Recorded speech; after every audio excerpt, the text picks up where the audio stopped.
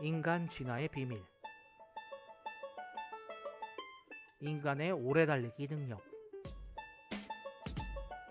인간은 포유동물 중에서 가장 지구력이 강하다. 인간의 달리기 속도는 네발 보행 동물보다 훨씬 느리지만 대신에 훨씬 오래 달릴 수 있다. 물만 마시면 4시간이고 8시간이고 계속 뛸 수 있는 동물이 바로 인간이다. 오래 달리기에서 인간은 대부분의 네발 보행 동물을 이긴다는 주장도 있다. 실제로 영국에서는 말과 사람이 오래 달리기 경주에서 사람이 이긴 사례도 있었다. 이처럼 인간이 오래 달리기 능력이 탁월한 것은 네발 보행 동물보다 신체 냉각기관이 훨씬 더 우수하기 때문이다. 그리고 이런 능력 때문에 인류는 사냥꾼으로 변신할 수 있었다. 인간이 한낱 피식자에 불과했다면 포식동물로부터 도망치기 좋으라고 단거리 능력만 발전했겠지만 말이야. 초기 인류의 사냥은 이랬다. 짱돌을 손에 쥔다. 그리고 먹잇감을 향해 그냥 무대포로 달리는 거다.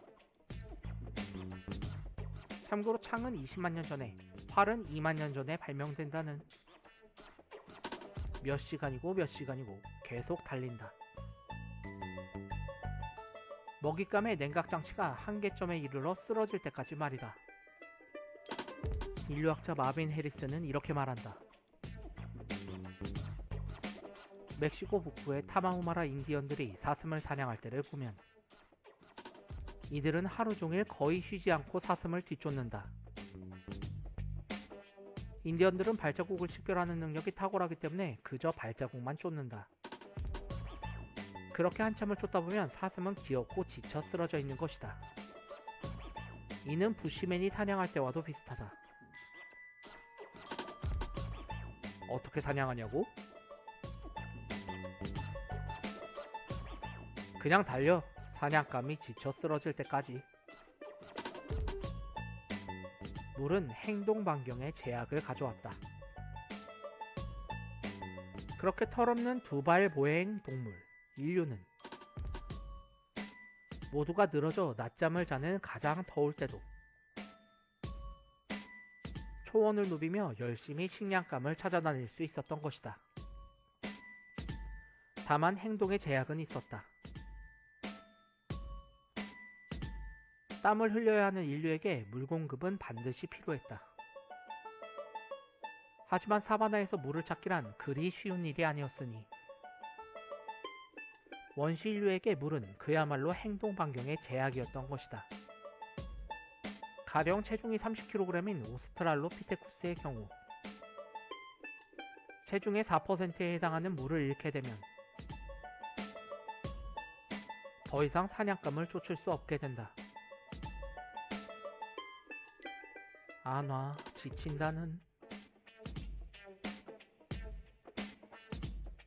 이들이 물가를 떠날 수 있는 한계거리는 최대 11.5km 정도이다.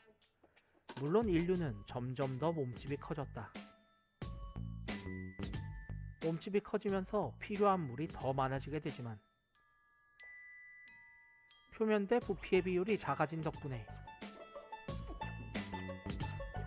몸집이 작을 때보다 탈수 속도가 느려져 더 멀리까지 이동할 수 있게 된다. 실제로 체중이 60kg인 호모사피엔스의 경우 물가에서 25km나 이동할 수 있게 되어 식량 확보가 가능한 면적은 오스트랄로피테쿠스보다 5배나 더 늘어나게 된다. 인류 진화의 비밀. 두뇌는 유지비가 아주 많이 드는 조직이다. 인간의 두뇌는 비슷한 몸집을 가진 일반 포유동물보다 6배나 더 크다. 현대인의 두뇌는 체중의 2%밖에 안 되지만 신체 에너지 총량의 16%를 소비한다. 반면에 우리 몸의 근육은 체중의 42%를 차지하지만 신체 에너지의 15%밖에 소비하지 않는다. 인간의 두뇌가 에너지를 사용하는 속도도 신체의 다른 부위보다 평균 9배는 더 빠르다. 고로 최고의 다이어트는 열심히 두뇌를 굴리는 거라는. 인간이 이렇게 커다란 뇌를 가지게 된 이유는 뇌의 양질의 연료를 풍부하게 공급해줬기 때문에 가능한 일이다. 하지만 인간의 최고에는 한계가 있다. 생리학적으로 뇌가 커지면 그에 맞춰 식량의 섭취량도 많아져야 하기 때문에 위장과 소화기관도 커져야 하겠지만 실제로 인간은 뇌가 4배 커지는 동안 내장의 크기는 2배밖에 커지지 않았다. 그렇다면 이런 사실은 무엇을 의미하는가? 결국 인간은 적게 먹으면서도 풍부한 영양분을 섭취했다는 얘기다. 다른 영장류들의 식사는 질보다 양이기 때문에 다량의 잎과 풀을 마구 섭취하게 되지만 인간은 초원을 열심히 돌아다닐 수 있는 능력 덕분에 고기, 씨앗, 열매, 덩이줄기 등 고품질의 식량을 주로 섭취하게 되었고 여기에 음식을 불에 익혀 먹기까지 했으니